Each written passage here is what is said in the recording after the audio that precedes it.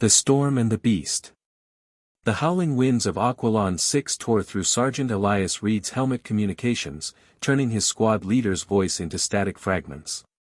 He gripped the controls of his hovercraft tighter as another massive wave crashed over the submerged landscape, sending spray across his visor. "Reed, report your position," came the crackling voice through the storm. 2 clicks northeast of base camp, Elias shouted back, though he doubted anyone could hear him clearly. "Still searching for survivors." The latest hurricane had been devastating, perhaps the worst in Aqualon SX's recorded history. What few islands existed on this water world had been completely swallowed by the rising seas, leaving countless indigenous creatures stranded or worse. The Galactic Force's humanitarian mission had been deployed to save what they could, but time was running out. Elias navigated carefully between the tops of submerged trees, their branches barely visible beneath the churning black water.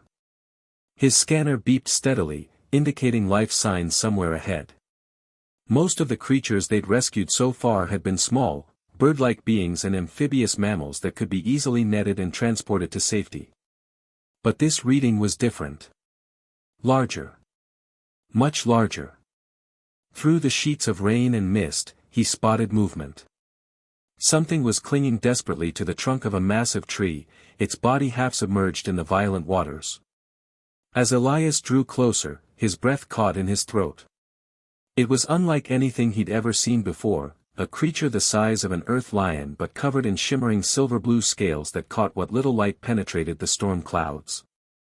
Its powerful limbs wrapped around the tree trunk, claws digging deep into the bark. But even from a distance, Elias could see it was losing the battle against exhaustion and the rising tide. The creature's head turned toward the approaching hovercraft, and Elias found himself staring into the most magnificent golden eyes he'd ever seen. They held intelligence, desperation, and something else, a fierce will to survive that resonated deep in his chest. This was one of the legendary apex predators of Aqualon 6, the alien lions that old spacers whispered about in cantinas across the galaxy. And it was drowning. Without hesitation, Elias brought his craft as close as he dared to the struggling beast. The creature roared, a sound that somehow cut through the storm's fury and sent chills down his spine. It wasn't just a cry of distress, it was a challenge, a declaration that it wouldn't give up without a fight. "Easy there," Elias called out, knowing the creature couldn't understand his words but hoping his tone might convey his intentions. "I'm here to help." The alien lion's grip on the tree was slipping. Elias could see the exhaustion in every line of its magnificent body.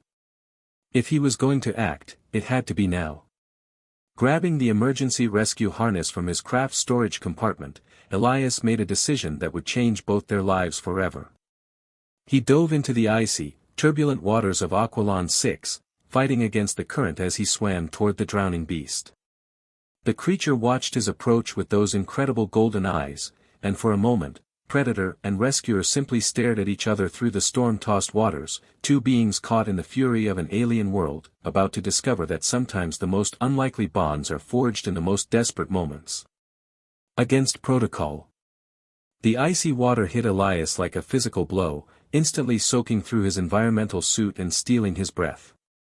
The current was stronger than he'd anticipated, pulling him sideways as he fought to reach the alien lion. Behind him, his hovercraft's automated systems kept it steady, but he was now completely at the mercy of Aqualon SX's violent seas. The creature watched his approach with a mixture of wariness and something that might have been hope. Up close, it was even more magnificent, easily 8 feet from nose to tail, with a mane that shimmered like liquid metal despite being soaked by the storm. Deep gashes marred its scales where debris had struck it during its desperate fight for survival. "I've got you," Elias gasped, struggling to secure the rescue harness around the creature's massive torso. The alien lion didn't fight him, perhaps recognizing that this strange bipedal being represented its only chance of survival.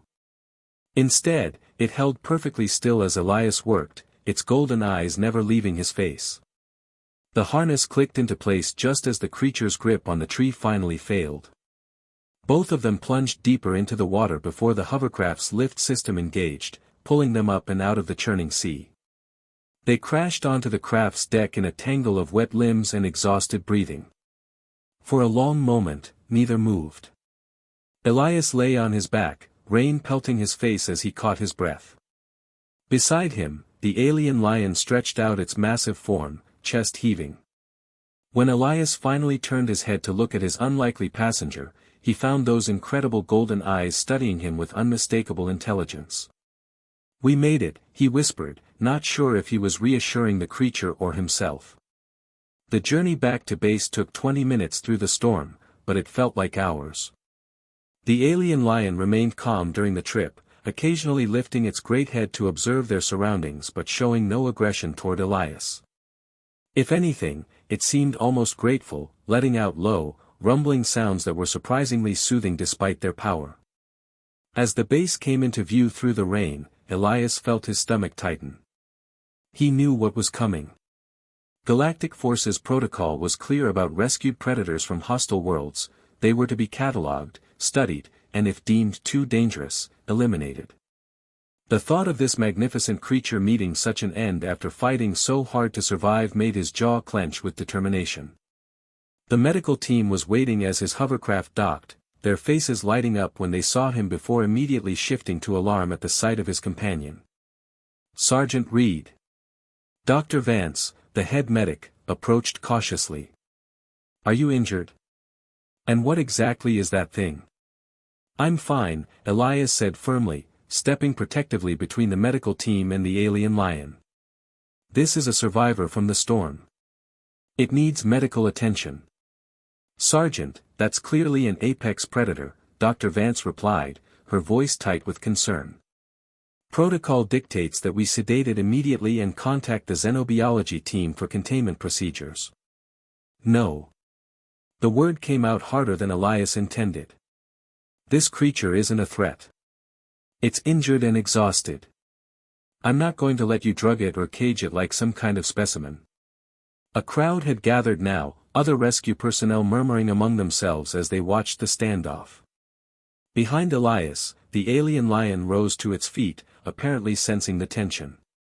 It moved to stand beside him, not aggressively, but with unmistakable intent, as if it understood that this human had become its advocate. "Reed, you're not thinking clearly," Dr. Vance pressed. "That thing could kill you in seconds if it wanted to." Elias reached out slowly, placing his hand on the creature's flank. The alien lion's scales were warm beneath his palm, and he could feel the steady rhythm of its breathing. "If it wanted to kill me, I'd already be dead. This creature chose to trust me, and I'm not going to betray that trust." The tension stretched between them like a taut wire until finally, Dr. Vance shook her head in frustration. "Fine, Sergeant. But this is on your head. Any injuries, any incidents, they're your responsibility." "I understand," Elias replied, relief flooding through him. "And I accept that responsibility." As the crowd dispersed and the storm began to weaken, Elias looked down at his unlikely companion. The alien lion gazed back up at him with those intelligent golden eyes, and he could swear he saw something like gratitude there. "Come on," he said softly. "Let's get you somewhere safe and dry." An unlikely bond. The unused cargo bay that Elias had converted into temporary quarters for his companion was hardly luxurious, but it was warm, dry, and most importantly, spacious enough for the alien lion to move around comfortably. He'd scrounged up some old bedding material and fashioned a makeshift sleeping area in one corner, though he wasn't sure if the creature would even use it. "Not exactly five-star accommodations," Elias said as he set down a large basin of fresh water, "but it's better than drowning in a storm." The alien lion padded around the space with surprising grace for such a massive creature, occasionally sniffing at corners or pausing to examine the few pieces of equipment Elias had brought in. Its movements were fluid and purposeful, lacking any of the nervous pacing he might have expected from a caged wild animal. After completing its circuit of the room, the creature approached the water basin and began to drink. Elias watched, fascinated by the way its scaled hide seemed to shimmer and shift in the cargo bay's artificial lighting. The injuries from its ordeal in the storm had been cleaned and treated, but he could see they were already beginning to heal at a remarkable rate. "You're tougher than you look," he murmured, settling onto a supply crate a respectful distance away. Then again, you'd have to be to survive on a world like this. The alien lion finished drinking and turned its attention to Elias. Those golden eyes studied him with an intensity that was both unnerving and oddly comforting. There was clearly intelligence behind that gaze, not just animal cunning, but something deeper and more complex. Slowly, deliberately, the creature moved closer. Elias fought every instinct that told him to retreat, instead remaining perfectly still as the massive predator approached. The alien lion stopped just within arm's reach and lowered its great head, bringing its face level with his. For a long moment, they simply looked at each other. Elias could feel the creature's warm breath on his face, could see his own reflection in those incredible golden eyes. Then, to his amazement, the alien lion let out a low, rumbling sound that was almost like a purr. "I think I'm going to call you Storm," Elias said softly, surprised by the emotional catch in his own voice. "Since that's how we found each other." The creature, Storm, tilted its head slightly, as if considering the name. Then it did something completely unexpected. It gently butted its forehead against Elias's shoulder, the same way a house cat might seek affection from its owner. The gesture was so trusting, so fundamentally gentle despite coming from a creature that could easily tear him apart, that Elias felt his throat tighten. He reached out carefully and placed his hand on the side of Storm's head, marveling at the smooth texture of the scales and the warmth radiating from the alien's body. "We're quite a pair, aren't we?" he whispered. "A human soldier and an alien lion, stuck together on a water world in the middle of nowhere." Over the following days, as the rescue operations continued and the storm systems gradually moved on, Elias found himself spending more and more time with Storm. The alien lion seemed to genuinely enjoy his company, often greeting him with that deep, rumbling purr when he entered the cargo bay. Storm proved to be remarkably intelligent, quickly learning to respond to simple gestures and even some basic verbal commands. More surprisingly, the creature seemed to understand the concept of friendship, often bringing Elias small objects it had found around the cargo bay as gifts, a piece of interesting metal, a colorful cable, anything that had caught its attention. "You know," Elias said one evening as Storm rested its massive head in his lap while he read from his datapad, "you're probably the best friend I've made in years." The alien lion's eyes were half closed in contentment, its breathing slow and steady. One massive paw rested across Elias's legs, not possessively, but protectively, as if Storm was guarding him while he relaxed. It was Lieutenant Commander Hayes who brought the news that would change everything. "Reed," she said as she entered the cargo bay, her expression carefully neutral, "I need to speak with you about your companion." Storm raised its head, alert to the tension in the officer's voice, but remained calm. "What about Storm?" Elias asked, his hand instinctively moving to rest on the creature's flank. "Galactic Command has been made aware of the situation," Hayes replied. "They're sending a xenobiology team to collect it for study. They'll be here within the week." The words hit Elias like a physical blow. "Study? You mean they want to cage it, experiment on it?" "That's not for us to decide, Sergeant. The creature is classified as an unknown apex predator from a hostile world. Command considers it too dangerous to remain in unauthorized custody." Storm seemed to sense the change in the atmosphere, rising to its feet and positioning itself between Elias and the officer. Its golden eyes had hardened, and a low growl rumbled in its chest. "Look at that," Elias said, his voice tight with emotion. "It's protecting me. This isn't just some mindless beast, Commander. Storm is intelligent, capable of friendship, of loyalty. You can't just hand it over to be dissected by scientists." Hayes sighed, and for a moment, her professional mask slipped. "I'm sorry, Reed. I truly am. But orders are orders. You have 1 week to prepare yourself." As the commander left, Elias knelt beside Storm and wrapped his arms around the creature's massive neck. The alien lion pressed close to him, as if understanding that their time together was running short. "I won't let them take you," Elias whispered fiercely. "I promise. We'll figure something out." The Great Escape. The xenobiology transport arrived on schedule, its sleek hull cutting through Aqualon 6's perpetually cloudy atmosphere like a knife. Elias watched from the observation deck as it settled onto the base's landing platform, his stomach churning with dread. Inside the cargo bay below, Storm had been growing increasingly restless, as if the alien lion could sense the approaching danger. Dr. Marcus Webb, the lead xenobiologist, was exactly what Elias had expected, cold, clinical, and utterly fascinated by the prospect of studying an unknown predator species. He examined the footage of Storm with hungry eyes, already discussing containment protocols and research procedures as if the creature were nothing more than an interesting specimen. Magnificent bone structure, Webb murmured, scrolling through the medical scans on his datapad. And these scales, I've never seen anything quite like them.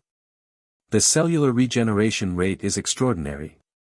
It's not a laboratory rat, Elias said through gritted teeth. Storm is intelligent, capable of complex emotions and relationships. Webb barely glanced at him.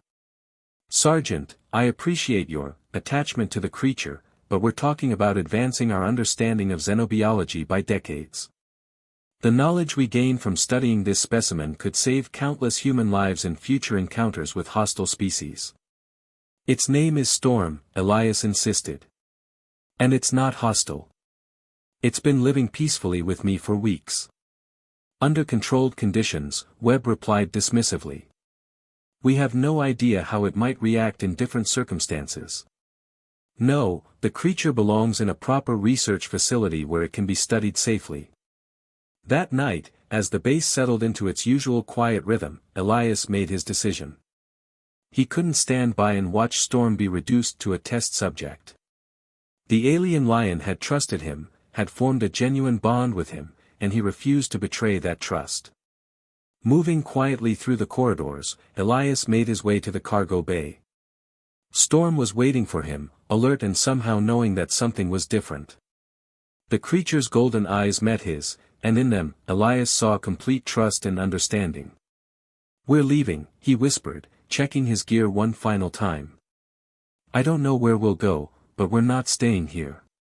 Storm's response was a low, rumbling purr of agreement.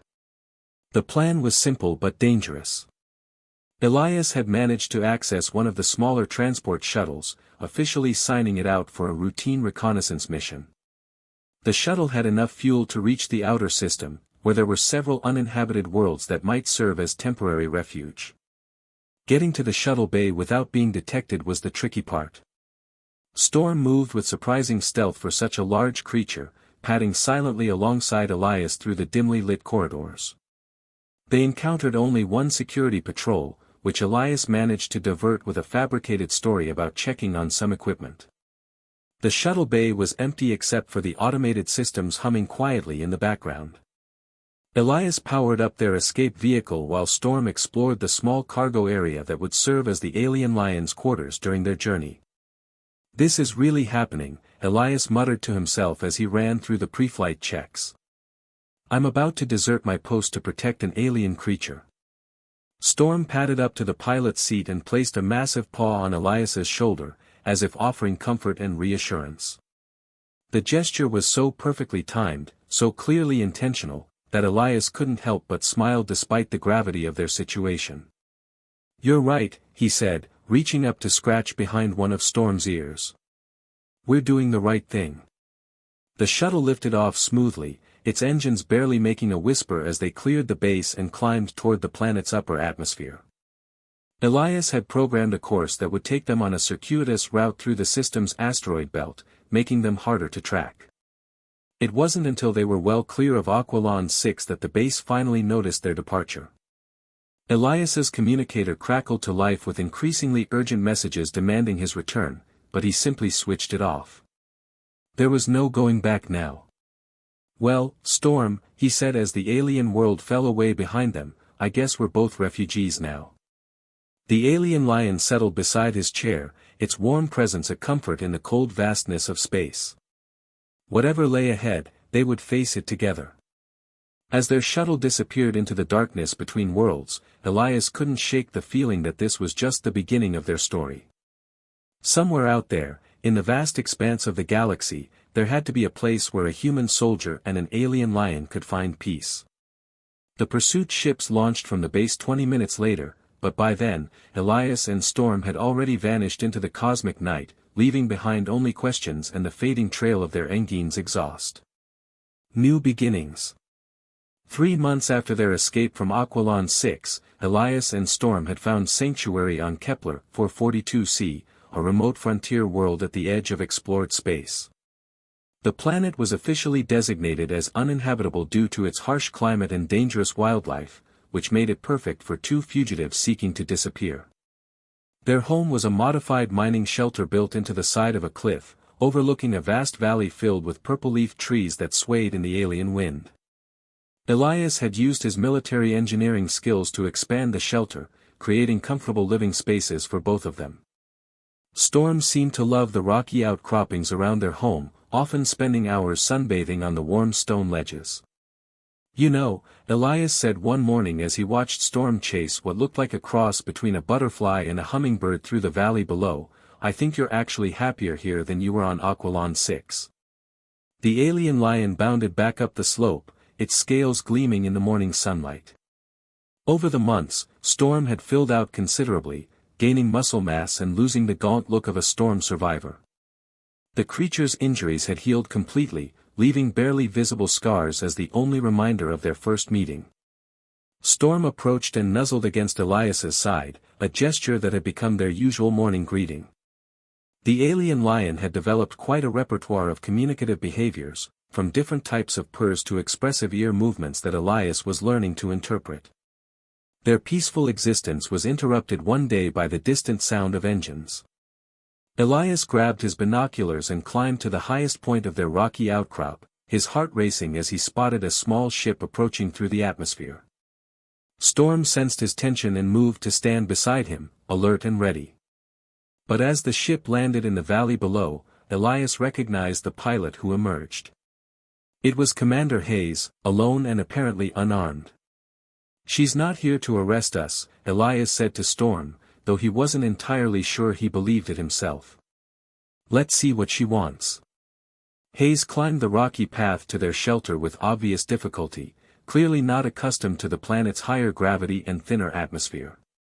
When she finally reached their home, she was breathing heavily and sweating despite the cool air.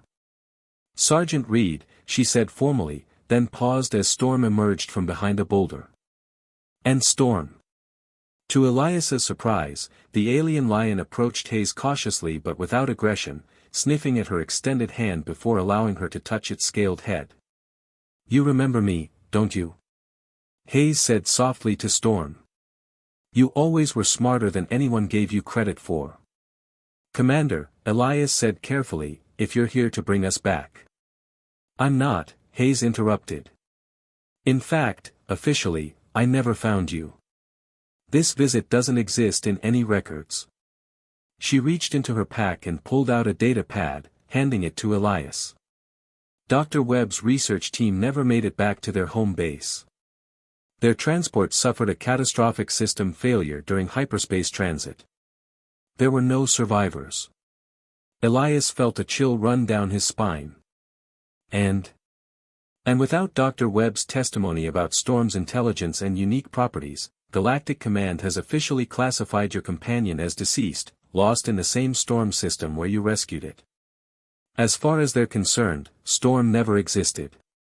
The relief that flooded through Elias was so intense he had to sit down. Storm, sensing the change in his emotional state, moved to press against his side supportively. "What about me?"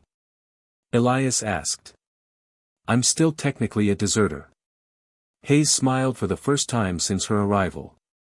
Sergeant Elias Reed died heroically trying to rescue Dr. Webb's team from their failing transport. He was posthumously awarded the Galactic Service Cross for bravery above and beyond the call of duty. She handed him another data pad, this one containing identity documents for one Marcus Chen, a licensed terraforming consultant with an impeccable record and authorization to work in the frontier territories. "Consider it a career change," Hayes said. "The galaxy needs good people willing to help settle new worlds, and from what I can see, you've already got a head start on that here. As Hayes prepared to leave, she paused at the edge of the rocky outcrop and looked back at them. For what it's worth, Reed, Marcus, I think you made the right choice. Some bonds are worth more than regulations.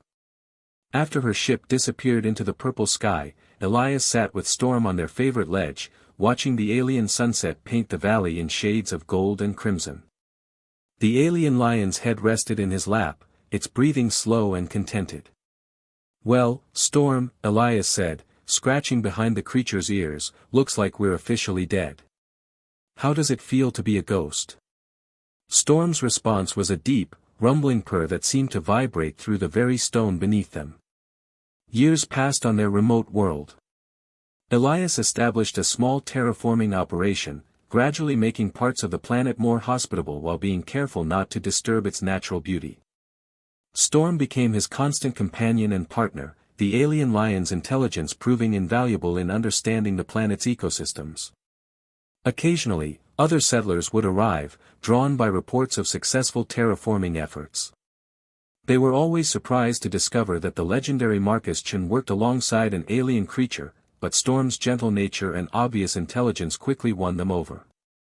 Children especially loved the magnificent scaled lion, and Storm seemed to enjoy their attention in return.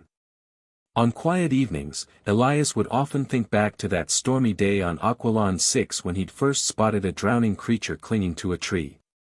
He'd thought he was simply rescuing another victim of the hurricane, but instead, he'd found something far more precious, a true friend who had changed the course of his entire life. As Storm dozed beside him in the warm glow of their fireplace, Elias couldn't imagine a better ending to their story. They had found their place in the galaxy, far from regulations and protocols, where the bond between a human and an alien lion could flourish in peace. Sometimes the most extraordinary journeys begin with a single act of compassion, and the most unlikely friendships prove to be the strongest of all. The end.